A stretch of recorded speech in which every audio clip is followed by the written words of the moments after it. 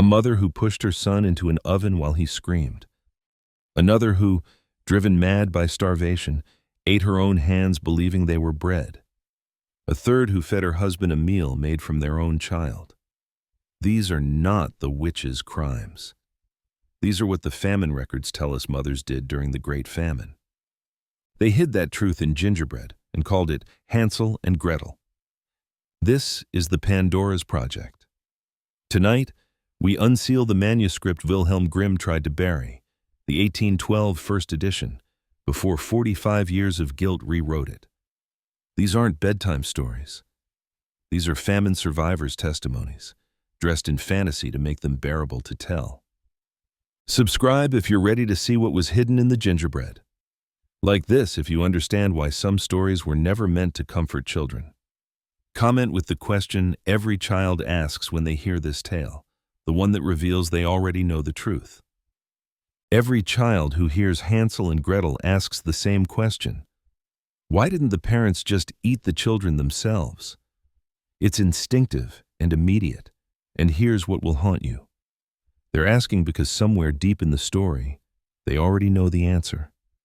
Tonight, we prove them right. Part 1. The Sugar Lie. Before we open the archive, you need to know what they told you, the version that buried the truth under sugar. Once upon a time, at the edge of a dark forest in medieval Germany, there lived a poor woodcutter with his 2 children, Hansel and Gretel. They lived with their father and his wife, their stepmother, a cruel woman with a heart of stone. When a terrible famine struck the land, hunger became their constant companion. One night, the stepmother whispered to the woodcutter, "We can no longer feed the children. We must take them into the forest and leave them there." The father protested weakly, but she insisted. 2 deaths in the woods are better than 4 deaths at home. Hansel overheard the evil plan and comforted his weeping sister. "Don't be afraid," he said. "I have a plan." That night, he filled his pockets with white pebbles that glittered in the moonlight. The next morning, the parents led the children deep into the woods, and Hansel dropped the pebbles one by one, creating a trail behind him. When darkness fell, the moon lit up the trail like stars, and Hansel led Gretel safely home. But their return only enraged the stepmother.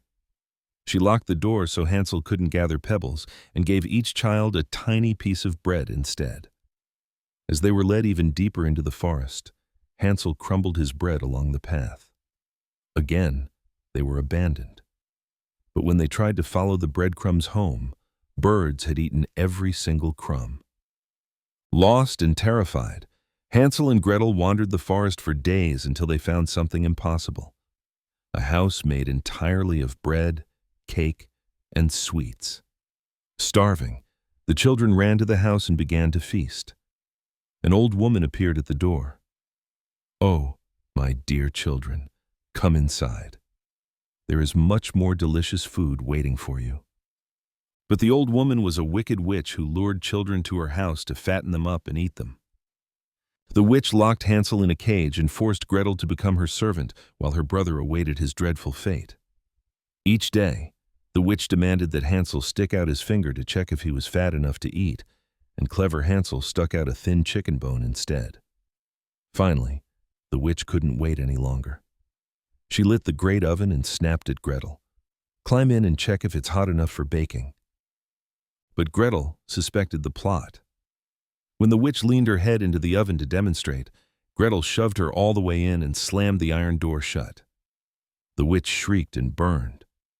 Gretel freed Hansel, and together they discovered the witch's treasure and returned home, where their father welcomed them with tears. Their stepmother had died while they were gone. With the witch's treasure, they would never go hungry again. This is the version you know, a story about hunger, survival, and cleverness defeating evil. But this version, the one with the evil stepmother and the happy ending, is a lie built on erasure. Because here's what they never told you. The stepmother who coldly plots to abandon the children didn't exist in the original manuscript. In 1812, when the brothers Grimm first wrote this story down, that character was simply called the Mother. The biological mother who gave birth to Hansel and Gretel was the one who wanted them dead. But why would a mother do this? What could drive a parent to make that calculation? To understand why that truth was buried, we need to go back further, back to the catastrophe that created this story in the first place, back to when mothers really did make that calculation, and the oven was already lit. Part 2. The Hunger Years. In 1315, the rain begins falling across Europe, and it does not stop for 3 years. Crops rot in the fields while cattle die by the millions. Salt grows impossibly scarce because brine will not evaporate in the endless damp, and bread vanishes from the tables of even the wealthy. When Edward II, King of England, stops at St. Albans Abbey in August 1315, his royal household cannot find enough bread to feed his entourage. When the king goes hungry, you know the world has ended.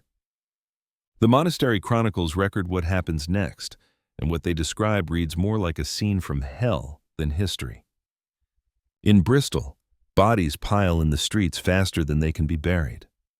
In eastern France, a chronicle describes villagers killing the weakest children first and boiling them in cauldrons meant for soup, and the scribe writes that the bones of the little ones lay in the ashes. A monk in Flanders witnesses a mother clutching her dead child for 3 days before burying him, unable to let go, not from grief alone, but from the terrible calculation of whether his body could sustain the living. In another village, elders are tied to trees because fewer mouths meant the young might survive another week. Imagine tying that rope around your own father's chest and watching his eyes as you walk away. Families face impossible arithmetic. 4 mouths and no food. 2 children might die quickly in the forest, mercifully, or 4 could die slowly at home, watching each other waste away, listening to each other's stomachs scream until someone makes a different choice, the kind of choice the scribes could not write plainly. And this is where the children's question finds its answer. Why didn't the parents just eat the children themselves? The archive whispers back a truth that will chill you. Some did. We know this because jurisdictions suddenly created new laws about unnatural acts against one's own blood, and churches issued edicts defining what constituted unforgivable sin. We know this because mass graves were found where small bones lay cracked open for marrow, mixed with the remains of adults who died shortly after their children.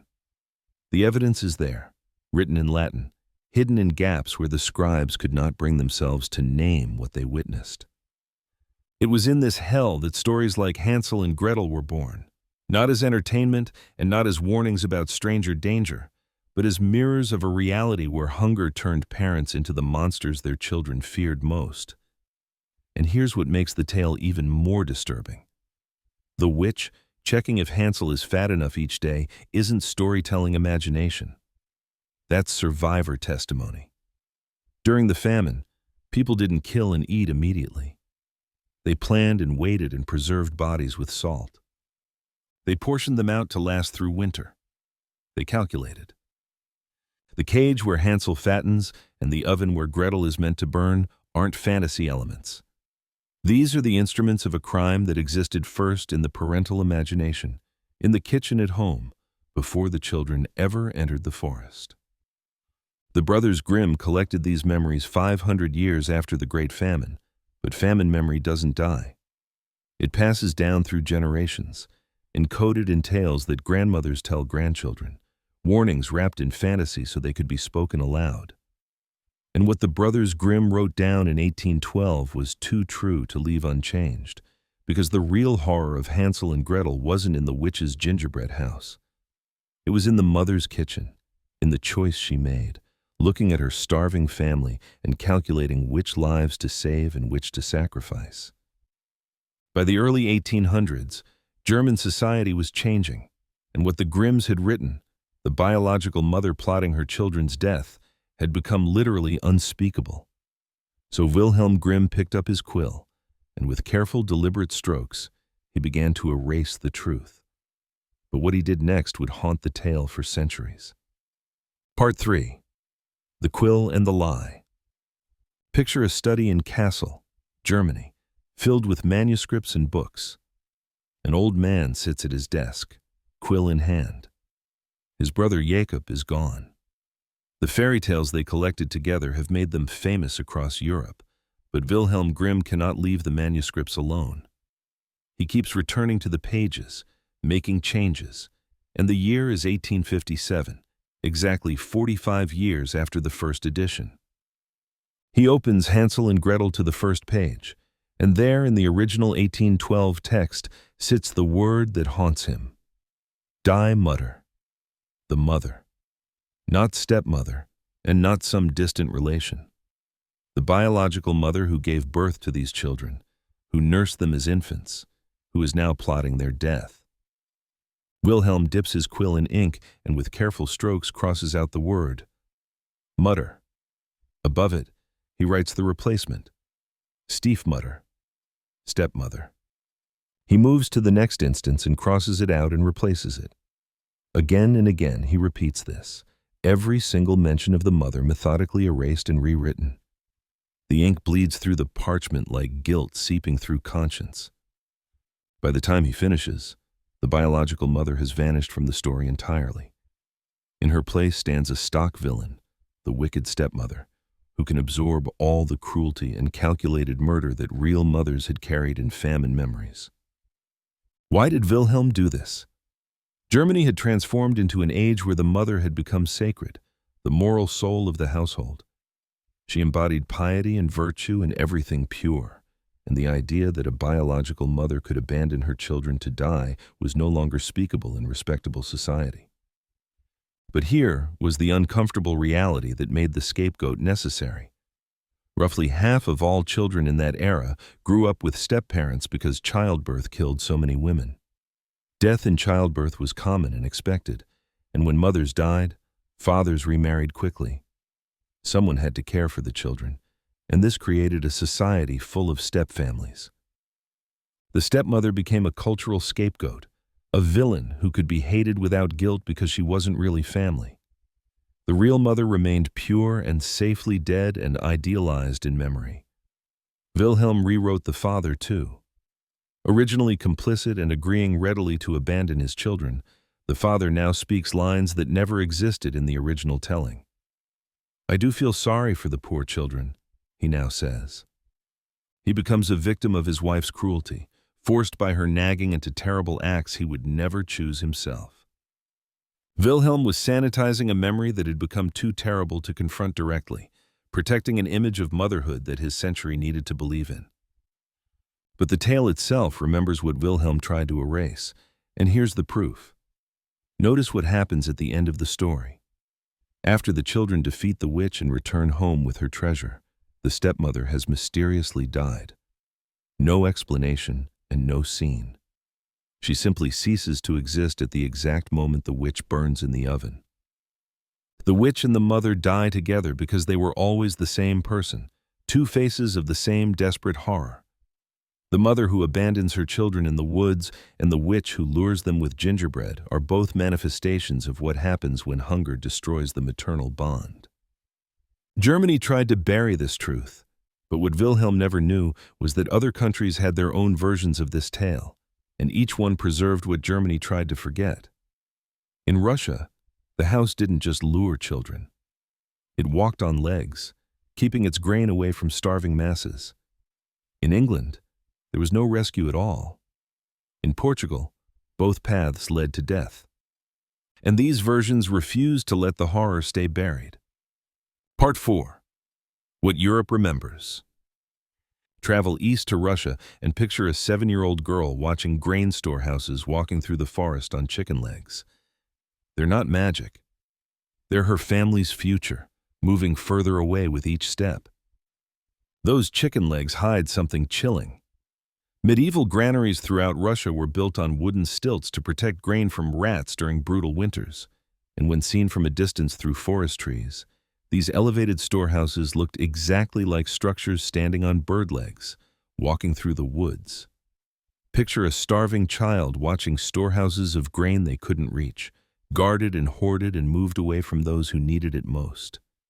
The house that walks isn't fantasy, but a nightmare memory of food kept just out of reach while children died. In the Russian variants, Baba Yaga waits inside with iron teeth and speaks of grinding children into flour for bread. She doesn't chase them because she knows she doesn't have to. She waits, patient as winter itself, knowing hunger will eventually drive them to her door, knowing they will have no choice but to come inside. Now cross west to England, to a place called Wayland Wood, where the story strips away even the fantasy elements that make the German tale bearable. There's no gingerbread house and no witch and no clever escape. 2 children are led into the woods by hired men paid to murder them, but the men can't bring themselves to kill children. Instead, they abandon them deep in the forest and flee. The children wander for days, eating berries and drinking from streams and growing weaker with each passing hour. Finally, they curl up together under an oak for warmth and fall asleep in each other's arms, and they never wake. A robin finds them and covers them with fallen leaves, a burial no human would grant them. Just 2 small bodies in a forest with no rescue and no treasure and no return home. And here's what makes this version even more disturbing. Local legend insists this really happened. In 1548, a man named Robert de Grey became guardian to his brother's children after their father died. The children were sent to visit their mother and never arrived, vanishing without a trace. Robert inherited the estate shortly after. Today, locals call it Wailing Wood for the sobbing they say still echoes through the trees, and if you ever walk through those woods at dusk, listen carefully. You might hear them, children who never found their way home. Now travel to Portugal, where this version contains perhaps the most devastating detail of all. Abandoned children come to a fork in the forest where 2 paths diverge. One is paved with gold, glittering and beautiful, while the other is paved with silver, pale and shining. A helpful spirit tells them to choose wisely because one path leads to safety while the other leads to the witch.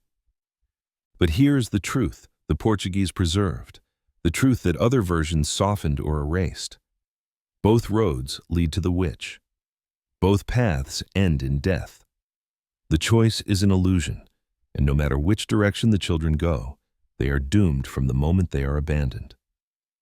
Portugal remembered what Germany tried to forget. For many children during the Great Famine, there was no escape and no clever trick that could save them, and no oven to push the witch into.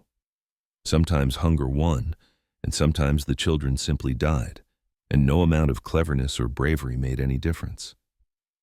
Each country preserved a different fragment of the trauma. Russia remembered the grain kept from starving people. England remembered the children who did not survive.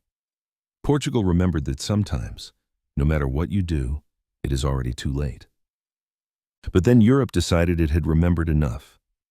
They wanted something beautiful and safe, so they turned the nightmare into a Christmas opera. And even wrapped in angel wings, the horror refused to stay buried. Part 5. The Christmas Spectacle. Pine garlands and flickering candles decorate a grand theater in Weimar, Germany, as well-dressed families fill the velvet seats on the night before Christmas Eve in 1893. Children in their finest clothes wait for festive entertainment, and when the curtain rises, they see something extraordinary. Hansel and Gretel transformed into an opera. Here, the horror is sanitized for Christmas.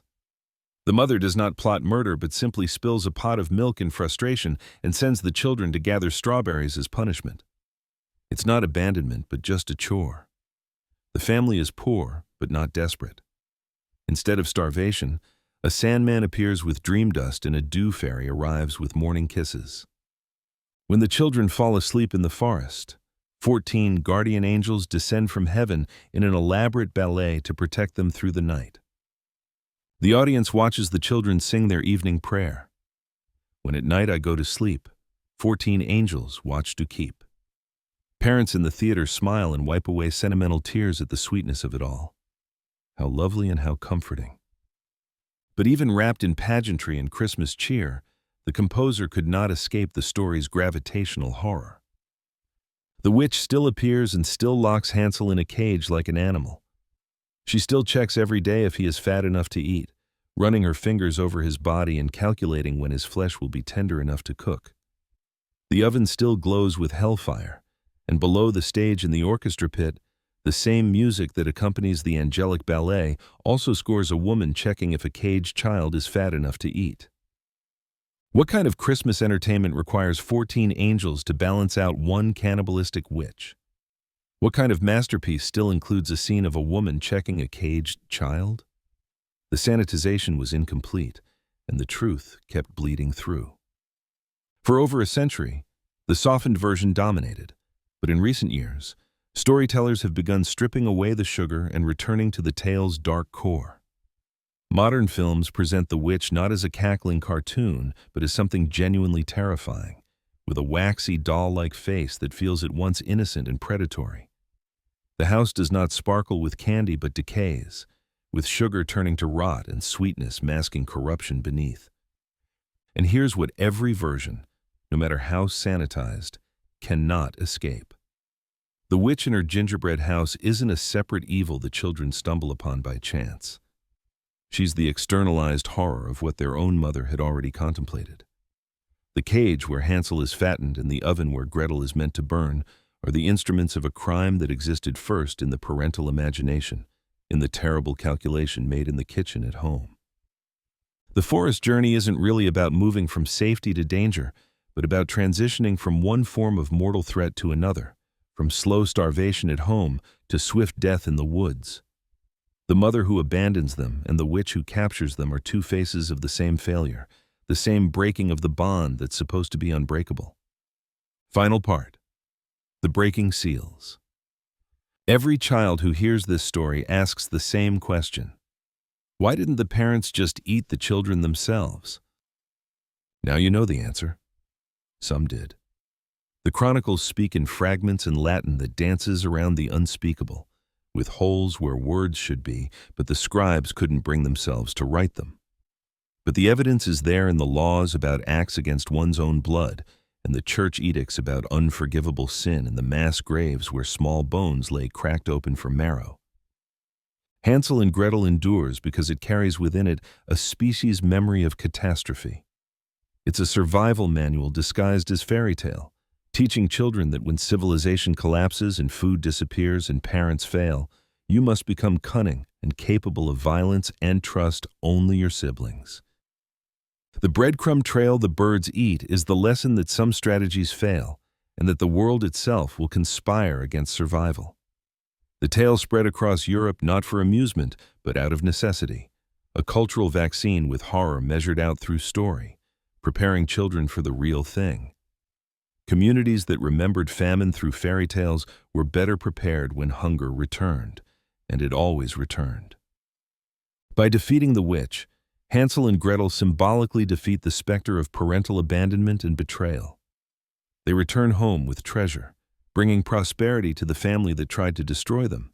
And it is a fantasy of forgiveness that real abandoned children during the Great Famine never got to experience. Most of them died in the woods and never came home. But the story lets survivors imagine a different ending, one where the children win. This is why we still tell it, not because we have forgotten what happened, but because some part of us remembers. Some part knows, deep in our bones, that civilization is always 3 meals away from collapse, that the line between parent and predator is thin, and that when the food runs out, the choices become unbearable. If you understand why some stories were never meant to comfort children, support this work with a like.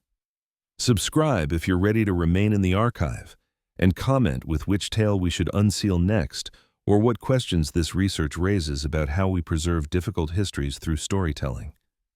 The archive needs more eyes.